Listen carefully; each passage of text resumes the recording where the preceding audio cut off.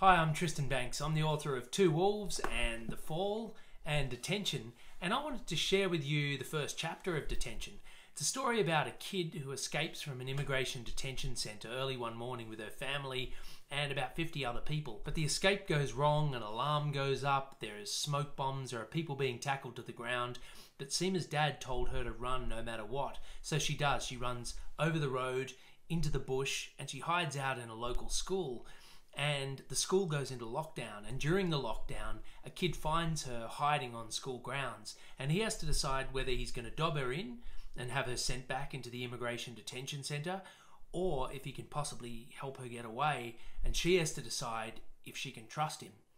Now here's the first chapter of Detention. It's called Escape. 5:28 a.m.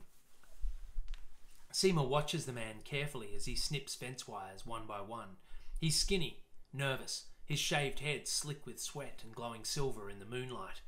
His tattooed hands squeeze the sharp cutters closed. The gap looks almost wide enough to get through now. Sima and her family are pressed to the rough, cold ground among about 50 others. They lie in the gap between two tall fences designed to keep them in. The outer fence is the only thing separating them from freedom now. They wait. They become very good at that.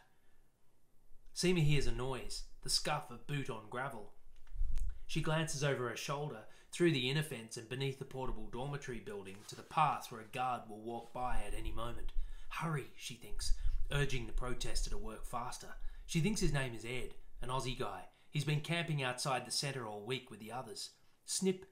Dad rests his hand on Sima's back, his face crisscrossed with diamond fence shadows. I love you very much, he whispers. Remember, no matter what, you run. Don't stop till you get to the trees. The baby coughs quietly and Mum gently pats her back and soothes her. Shh, shh, shh. Layla is 2 months old. She's been coughing since the day she was born. If she cries now, it'll be disastrous. Mum had argued against the escape, but Dad had convinced her that to stay meant almost certain death. Tonight they would be sent home, deported. 50 people from this centre alone. Hundreds all up. Snip. The protester pries the fence wide. Another one, Jasmine, pulls open the other side. She motions for them to hurry. 2 families climb through before it's Mum, Layla, Dad and Sima's turn. Sima squeezes through the narrow opening, head first, scratching and scraping her ears on the sharp-cut metal. She always thought her ears were too sticky-outy, wingbats she called them. Dad had assured her many times that her ears were not wingbats and that they stuck out just the perfect amount. I knew he was lying, Sima thinks. She flattens herself to the ground again. Feels different out here. She peers through the low-hanging fog towards the road and the promise of freedom. Come, Dad whispers, crawling past. She follows Mum and Dad along the fence line, wriggling on her belly through the patchy, clumpy grass. Rocks graze and gouge her arms and legs, but she doesn't feel it. Fear masks the pain, deep, bone-shaking fear. Dozens of other detainees follow her along the base of the fence. Her father's thick-soled shoes stop sharp. Sima almost headbutts them. To her left, in the gap beneath the dorm, the one where Sadia, her best friend, sleeps, Sima sees the black-booted feet of the guard walking towards the corner of the compound. The guard is going in the same direction that she and the others are heading. They wait, watch, till the boots turn and walk back along the far side of the buildings. Must be the guard's changeover time. 5:30. This is it.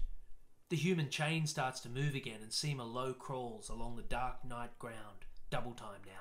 Once they reach the corner, the plan is to run across about 30 metres of open grass to the nearest trees close to the road. Dad and some of the other men have been watching, thinking, planning, quietly communicating with the protesters through the fence over the past few days to hatch this plan. Dad hates to break the law, but he makes an exception when his family's lives are on the line. We're good people in a bad situation. That's what Mum always said. Dad's shoes kick up a puff of dust which tickles Sima's nose. She feels a sneeze coming. She stops crawling, squeezes her nose hard. Someone behind taps her ankle to tell her to keep moving. The sneeze twists and turns, painfully stabbing the inside of her nose. Sima never sneezes just once, always 5, 6 times and loud. The person behind taps her ankle urgently now. Dad, Mum and Layla move further and further ahead. Stinging tears run from Sima's eyes and she knows she won't be able to keep it in. Years of struggle, days of planning. This escape their only hope. And a sneeze, 5 sneezes probably, will be their undoing. Not just for her and her family, but for all of them. She pinches the top of her nose so hard the bone might break. The people behind start to crawl past Sima, filling the gap between her and her family. Then, as quickly as it arrived, the sneeze is gone.